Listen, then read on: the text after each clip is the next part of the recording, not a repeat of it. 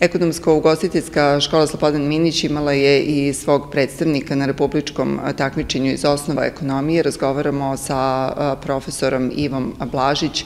Jedan učenik je predstavljao vašu školu, pa šta je to sve trebalo da pokaže?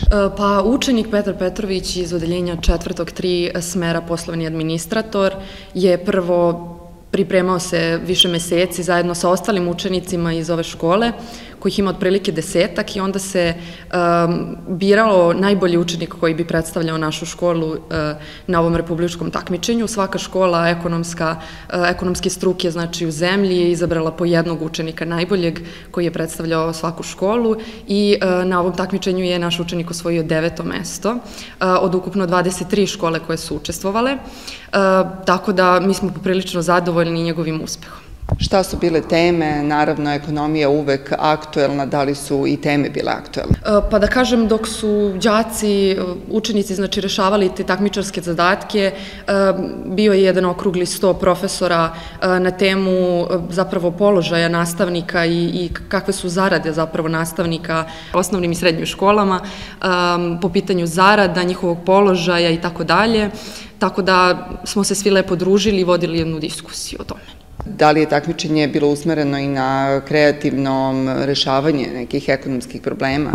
Pa da kažem, samo se svako iz svog ugla postavljao prema tome kakav je koji grad, kakvi su uslovi, da kažem, kakva je dalja politika vlade, jer je bio i tu jedan predstavnik zajednice srednjih škola, tako da smo negde mogli da čujemo obe strane i svako iz svog ugla je negde pričao gde se koja škola nalazi. Finansijski i poslovni administrator, dva su smera koja predstavljaju osnovu za buduće studiranje, pa kakva su vaše iskustva?